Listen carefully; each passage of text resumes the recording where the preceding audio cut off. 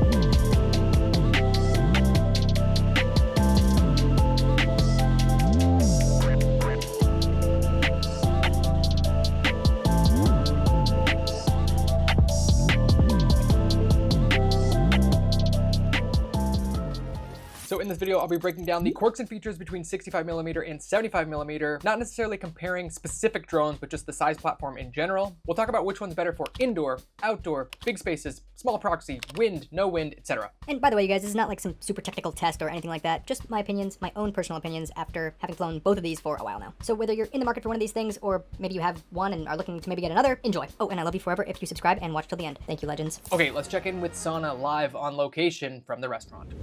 What up, guys? Welcome back to the channel. Holy crap, these look insane. Okay, I just got the green light to fly my 65 inside this giant restaurant. Come take a look. It's gonna be crazy. All right, guys, I don't know why I'm feeling so nervous. We got the 65 here. Here goes nothing. We will see how the...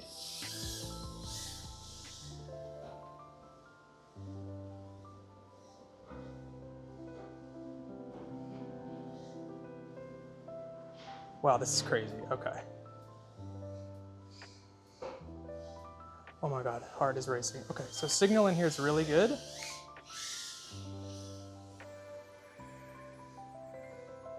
see if we can orbit this. This is so sick, guys. Just no wind in here. This is incredible.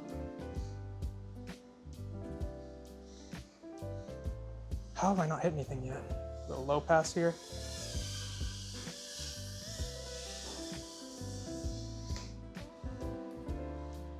Let's see if we can like drop all the way down here. Okay, not bad. We're gonna have to get a wall tap in here somewhere. Can we orbit the other direction? I'll try to explore a little bit more. I don't know if I can fly all the way through there. I don't want to lose it. I don't know if there's any like managers in there or something. Oh, can we go over here?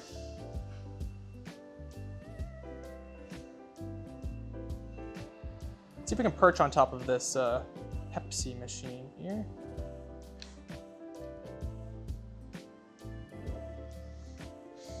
How's this room? Ooh, sick. Okay, we're gonna have to try to Matty that, I think, right? No, that's gonna be really hard.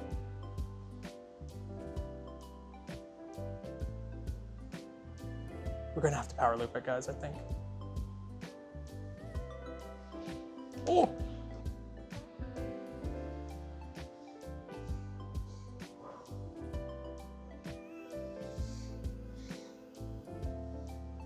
So what else we got in here? I don't want to really hit the fans because those are spinning. That was kind of a weird sideways Matty right there. What else is going on in here?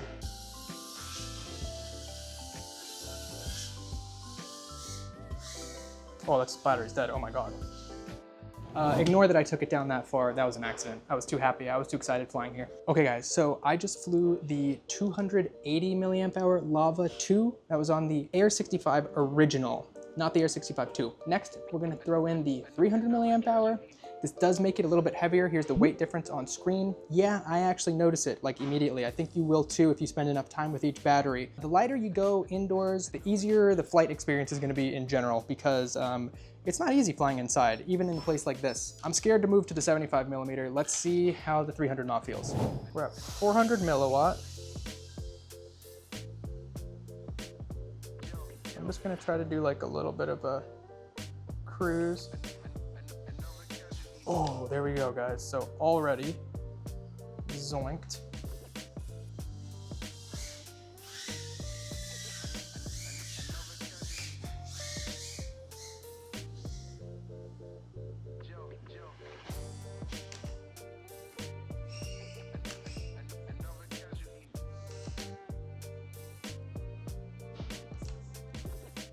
Okay, that was epic. Getting underneath that little thing. What did we just go under there? That was awesome. Okay, so the 65 fits in all sorts of little places, you guys. So yeah, this is a little bit harder to fly. Let's see if we can just get like a nice little something in here.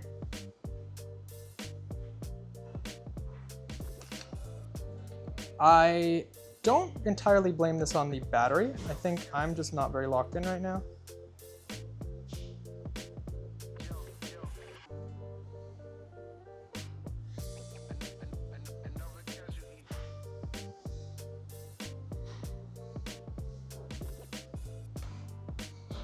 So yeah, this thing wants to like drop a little bit more because of the added weight. So you do have to get back on the throttle a little bit quickly. Let's see if we can go through those chairs there.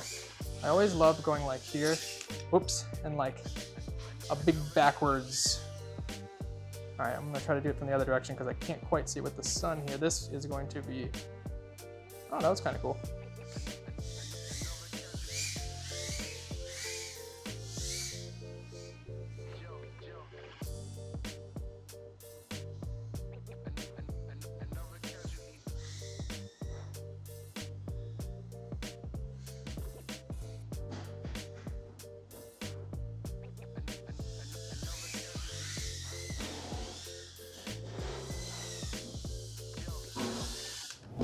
Bro, flying inside is so fun. It's like a whole new experience. I wish I had a big living space to just fly in at my own crib. Let's go ahead and try the 75 in a 480 Lava 2. That is going to be way heavier. These just turn on a dime. The 65s, you can really just put them wherever you want.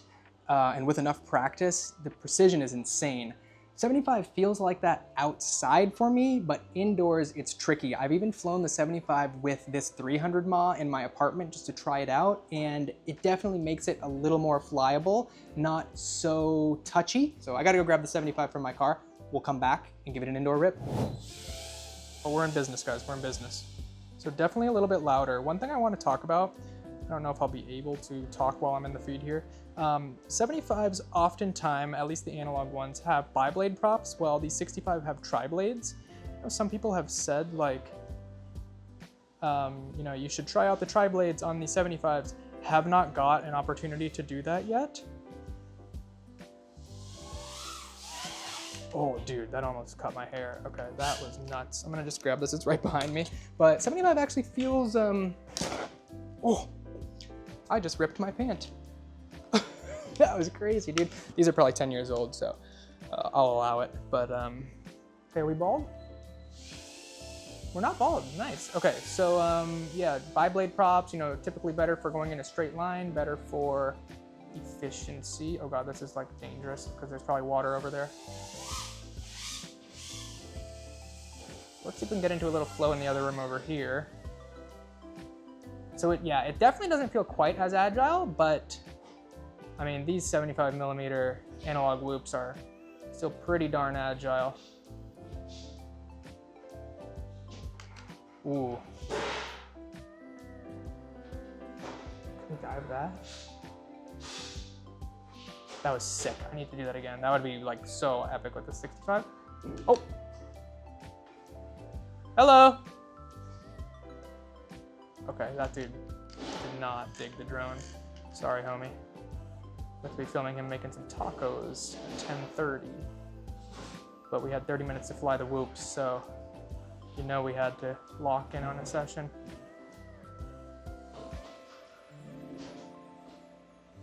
No, I was flowing right there, guys. So first impression, if you have a big indoor space and you have a little bit of stick time, I mean, I think 75 is actually not as bad as I thought. I was afraid that I was really not gonna be able to fly this at all inside, or at least like not be happy with the performance, but this is pretty great. You guys see sort of how big this space is. You can judge for yourself. I'm gonna get right back into the rest of this battery if there's any left, and then we'll talk about outdoor flying, because I think this guy gets some hate as a tiny outdoor boy, but I'm not sure that hate is warranted. Stay tuned.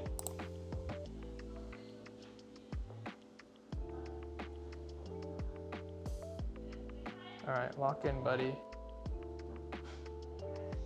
Yes, guys.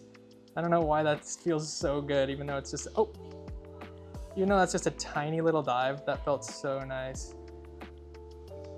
I'd love to split S one of these. Split S-ing like this, it's just like without hitting the floor.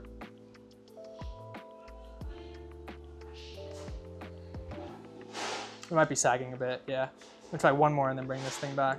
Wall tap this? I don't really want to wall tap in here. Yes! Oh my god. That was awesome.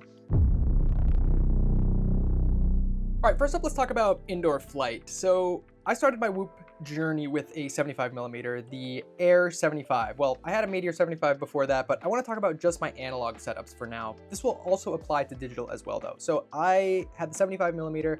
I thought, man, analog is going to be so light, I'm going to be able to fly it in my small apartment. And boy, was I humbled quick, because my apartment is fucking tiny. It's like 600 square feet, so maybe a little more.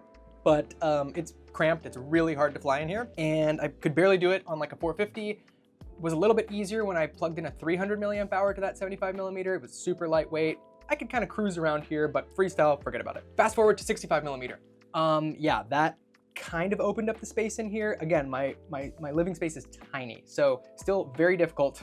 But then the restaurant. So yeah, got to fly this restaurant, and it really just opened up with the 65 and 75. I guess that makes me think, if you have enough stick time, you know, you guys can judge my skill. It's not the best. But if you fly somewhere close to that, I think 75 is gonna be okay indoors if you have an open space. If you are struggling to sort of turn your whoops without running into walls, then you definitely want 65 for indoor. So takeaways are, if you got enough stick time, you can get away with either one inside if your space is big enough. I mean, check out like Infinity Loops ripping this tiny little garage with the 75. This is so impressive. The dude is kind of Himothy. What about outdoor? So I live in a place that gets very windy almost every day from noon to sunset, like 10, 15 knot wind every single day. I've always sort of thought that once it gets above 10 knots, I'm not really flying any micros and expecting to freestyle them with precision. You're gonna get pushed around by the wind, you're gonna have to compensate. Still fun, but for 65s, this definitely matters more. When the wind gets above, I'd say 5 to 6 knots, it starts to become a little more difficult to fly with precision, like I said. You gotta compensate for it. And if you have powerful enough motors, you can definitely get away with it. And if you're just cruising, forget about it. You're fine. That's gonna be so fun, even in 10 knots and below wind, in my opinion. Let me know what you think. 75's kind of the same thing. They can handle a little bit more wind. They get pushed around a little bit less, but it's still gonna be annoying to fly in the wind. So both of these platforms, especially for analog, we're talking like under 21 grams on the 75mm and closer to 17 on the 65mm. You're definitely going to have to, check the wind report before you go fly to make sure you're not gonna be miserable. With that said, the 65 can definitely get away with it. I thought it was gonna be like impossible to fly outside with a slight breeze. Someone breathes on it and it's just like, blowing across the field. That's not true. So I've had a blast flying it even in a little bit of wind. What about durability? So I've busted up my 75s a lot. I constantly cracked the standoffs on the Meteor 75 Pro with DJI. Granted, that's a much heavier platform, so you have more weight and inertia and, more gravity working against you. So kind of understandable there, but even my Air 75, I broke a couple of the air canopies, the original, and broke a couple frames, just split them. Now, that said, I was easily able to repair the frames without, swapping them into a new one. just with a little E6000 and like electrical tape, so that's totally chill for me. But 75s are definitely slightly less durable. 65s on the other hand, I have bashed the ever-living hell out of this thing, and it's completely fine. Like literally not a scratch on it, canopy's fine. I'm actually running the original Air canopy on the 65 that I have. I have not swapped it out. I swapped over to the Air 2 canopy on my Air 75 and I've bashed it. It has not broken, so I think that canopy's good. But 65 is just so light that I heard people say, yeah, they never break. Like you don't even really need to get extra frames for them. So huge plus to me because I bashed the hell out of my quads. So I like trying new tricks, and I think the only way to learn them if you aren't just grinding the sim is crashing. Okay, what about efficiency? Because this was one of the huge things that turned me off from getting a 65 for almost a year. When I first got into FPV, I was looking at like how long these platforms 65 and 75 fly for, and I was like, okay, 75 flies for 5 minutes. If you're just cruising, that's awesome. That's perfect. For someone that's not in FPV, like 5 minutes seems really short, right? It's like only 5 minutes, like that's it.